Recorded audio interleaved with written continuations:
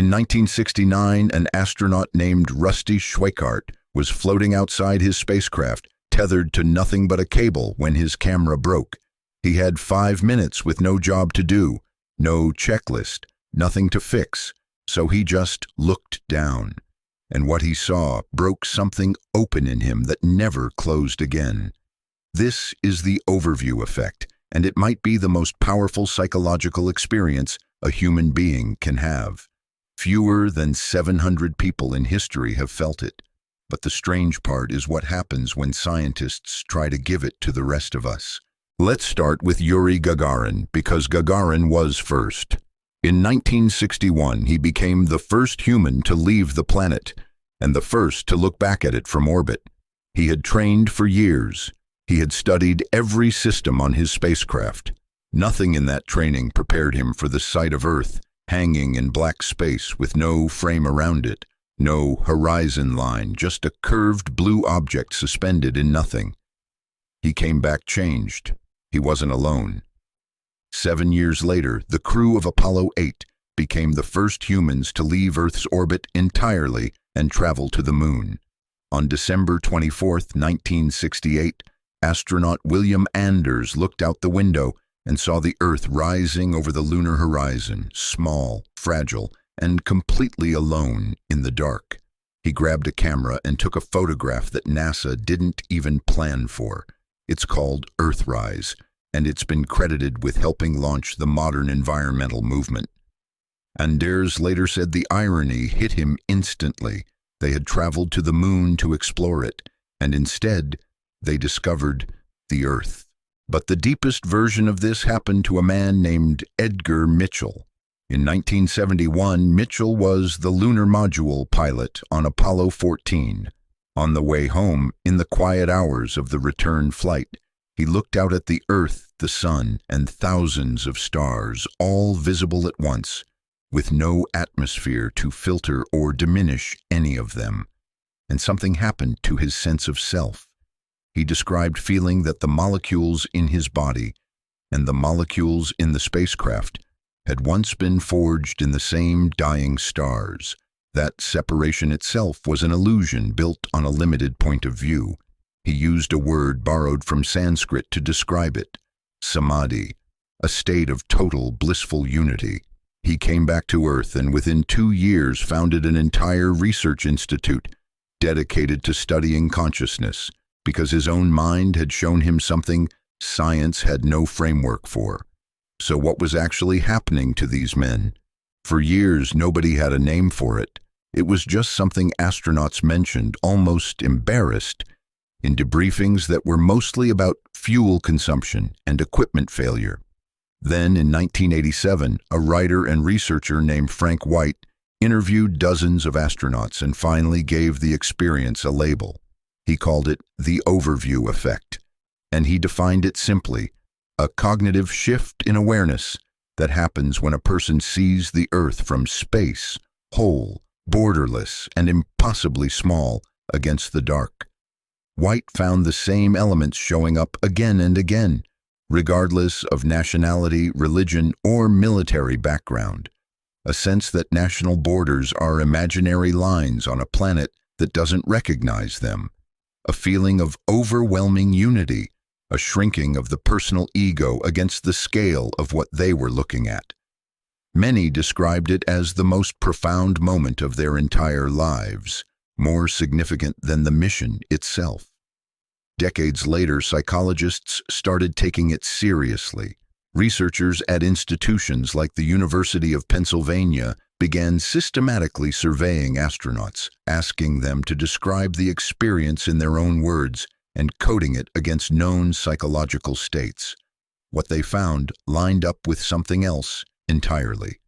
The language astronauts used to describe the overview effect closely mirrored the language used by people describing deep meditation and by people describing the peak of a psychedelic experience: self-transcendence, boundary dissolution, a felt sense of connectedness to something larger than the individual. Neuroscientists have a theory for why. There's a network in your brain called the default mode network. It's the part responsible for your sense of self, your inner narrator, the voice that constantly says "I" and separates you from everything around you. Activities that quiet that network, deep meditation, certain psychedelics, and apparently the sight of your entire planet from 200 miles up, all seem to produce the same subjective result. The self gets smaller, the world gets bigger, and for a moment the line between the two gets blurry. Here's the part nobody talks about. Almost none of us will ever go to space. Out of 8 billion people alive right now, fewer than 700 in all of human history have seen the Earth this way. So if this experience is genuinely one of the most powerful things a human mind can feel, and if it depends entirely on a vehicle that costs hundreds of millions of dollars to operate, then for nearly everyone who has ever lived, it simply doesn't exist. Scientists didn't like that conclusion, so they tried something strange. They tried to fake it. Researchers began building virtual reality simulations, recreating the exact view astronauts described: the curved Earth, the thin blue line of atmosphere, the silent black behind it, and putting ordinary people inside headsets to experience it on the ground. They called the resulting phenomenon the terrestrial overview effect. And the results were not what anyone expected. People who went through these simulations reported measurable increases in something psychologists call awe, the emotional response to something vast that doesn't fit your existing understanding of the world. Their sense of personal importance shrank. Their willingness to help strangers, measured afterward in small behavioral tests, went up. Some studies even found shifts in how generous people were with their time and resources immediately after the experience, compared to people who watched ordinary nature footage instead. It wasn't as powerful as the real thing. Nobody is claiming a headset in a lab is equivalent to floating in actual orbit with your life depending on a thin metal hull. But it was enough to prove something important. The effect isn't really about space. Space is just the most extreme way to deliver it. What's actually doing the work is distance and scale, the experience of seeing something you're a part of from far enough away that you finally see the whole of it at once. Even NASA noticed this internally. When the International Space Station added a module called the Cupola in 2010, a 7-windowed dome built purely for observation with no scientific instruments attached, it wasn't an accident. Astronauts had been requesting a place simply to look. Mission planners eventually accepted that giving crew members time to stare at the Earth wasn't a waste of mission time. It was maintenance for the mind, the same way exercise was maintenance for the body. So think about what that actually means. The most transformative psychological experience available to a human being might not require leaving the planet at all. It might just require distance, real or simulated, enough of it to make the self look small and the whole look enormous. Edgar Mitchell didn't come back from the moon with new data about lunar soil that changed his life. He came back having seen his own planet as a single, fragile, borderless thing floating in silence, and he never saw himself the same way again.